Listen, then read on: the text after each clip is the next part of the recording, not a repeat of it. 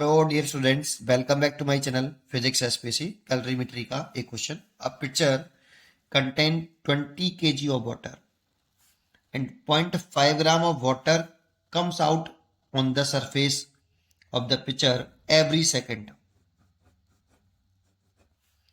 and through the pores and get evaporated, taking energy from the remaining water. Evaporated, taking energy from the remaining water. Calculate the approximate time minute में in which temperature of water decreases by 5 degree Celsius. Neglect इतने specific heat of water दे रखा है इतना. देखो ये joule पर kilogram degree Celsius में, अगर इसे कैलोरी में चेंज कर लें तो 1 कैलोरी पर ग्राम डिग्री सेल्सियस आता है. ऐसे ये जूल पर किलोग्राम में, इसे अगर किस में चेंज कर लेते हैं, कैलोरी पर ग्राम में कन्वर्ट कर लेते हैं, तो आप चेंज कर लेना 540 कैलोरी पर ग्राम आता है. ठीक है.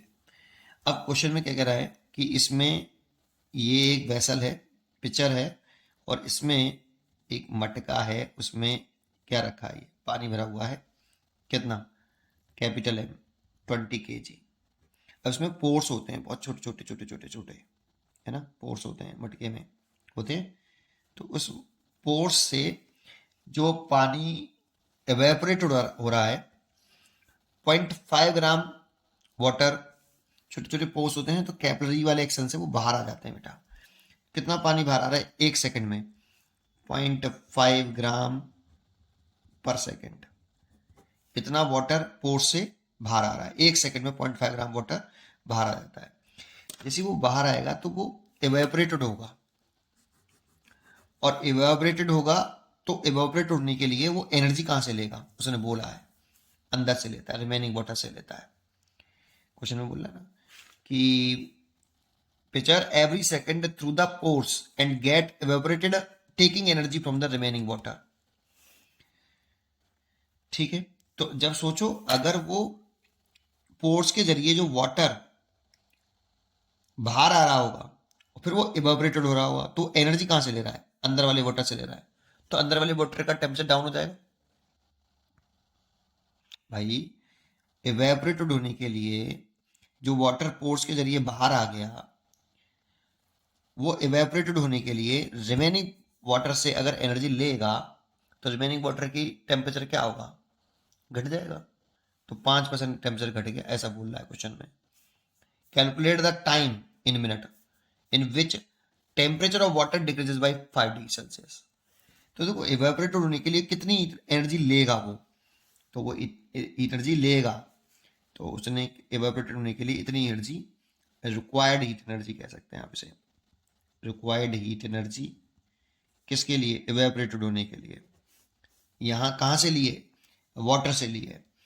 कितनी? m into latent heat of vaporisation. लेकिन इसे m डैश मान लेता हूं. अब इस m डैश को कैसे कैलकुलेट कर रहे हैं जरा समझो.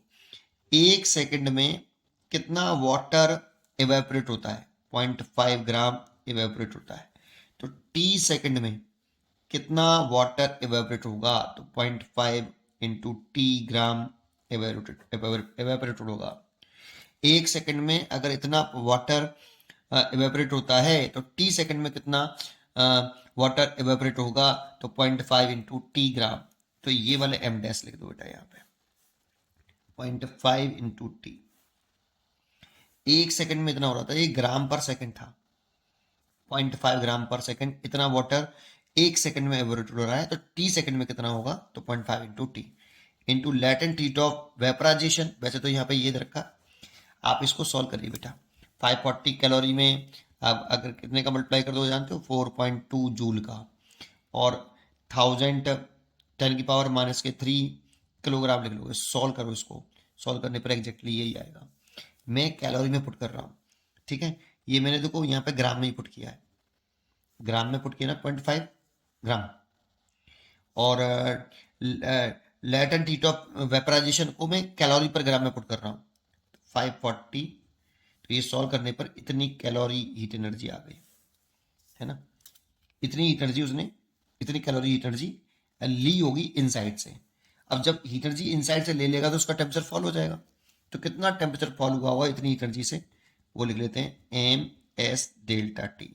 लेकिन यहाँ जो एम आएगा वो 20 kg से तो एनर्जी ले रहा है, 20 kg वाटर भरा हुआ है ना इसके अंदर, इसी से तो वो आपकी एनर्जी ले रहा है, इसीलिए यहाँ पे तो 20 kg आएगा, 20 kg।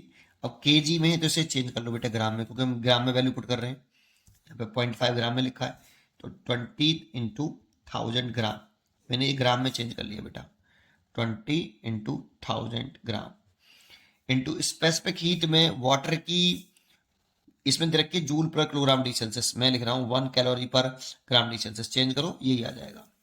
एंड तो इसमें मैंने कैलोरी एक इंपॉर्टेंट है, मैं सब कुछ इसमें कैलोरी में लिया है, ग्राम पर डी सेल्सियस में लिया है, इसको भी स्पेसिफिक हीट को 1 में लेना, ठीक है।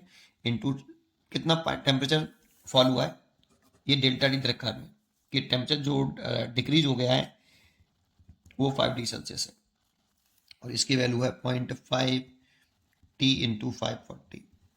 देखो उससे कैलकुलेशन टफ हो जाती थोड़ी सी यार, इससे इससे डाटा बढ़ जाता और कैलकुलेशन थोड़ी सी टफ होती, इससे थोड़ी सी आसान होगी। तो T is equal to 20 into 1000 into 5 divided by 0.5 into 540, इस पॉइंट से टाइम 0 हो जाएगा, 5 से ही कट गया 10 बार, और ये 0 से 0 कैंसिल हो गया, 20/54 इंटू 1000, इसका इसमें डिवाइड करते हैं ना, तो ये डिवाइड करने पर आता है 0.37, है ना। रुक जाओ, हाँ 37 आएगा, इसका इसमें डिवाइड करेंगे 0.37 इंटू 1000, इतने सेकंड आया बेटा। अगर इसमें 37 और इंटू इसे 100 कर लूं और इसको मिनट में चेंज कर दूं 60 मिनट, ऐसे, तो एक जीरो से ये जीरो कैंसिल हो गया, है ना। और क्या कुछ गड़बड़ कर दिया, 37 आया ना इंटू 1000 आया, एक सेकेंड, 10 बचेगा ना बेटा, ये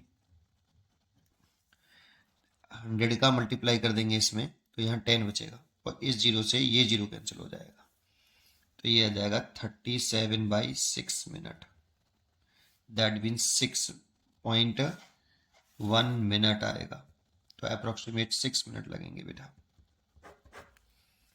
उम्मीद करता हूँ कि आपको ये क्वेश्चन जरूर समझ में आया होगा, और ये भी समझ में आया होगा कि जैसे मटका जो होता है ना, गर्मियों में मटका को पानी भर देते तो वो ठंडा होता है, स्टील के बर्तन में नहीं होता, ऐसा क्यों, कि जो मटके में जो पोर्स बने होते हैं ना, उससे वाटर कैपिलरिटी के एक्शन के थ्रू बाहर आ जाता है सरफेस पर, जब वो सरफेस पर आ जाता है तो वो इवेपोरेट होता है, और इवेपोरेट होने के लिए वो एनर्जी चाहिए, उसे एनर्जी चाहिए होगी इवेपोरेट होने के लिए, तो वो एनर्जी कहाँ से लेता है, मटके के अंदर जो वाटर है उससे वो एनर्जी लेता है, जिससे अंदर वाले का टेम्परेचर, उससे एनर्जी अगर ली तो उसका अंदर का जो टेम्परेचर है वो डाउन हो जाता है, और कितना टेम्परेचर कितने टाइम में जो है टेम्परेचर 5 डिग्री सेल्सियस घट गया, वो टाइम पूछ रहा है तो टाइम निकाल सकते हैं।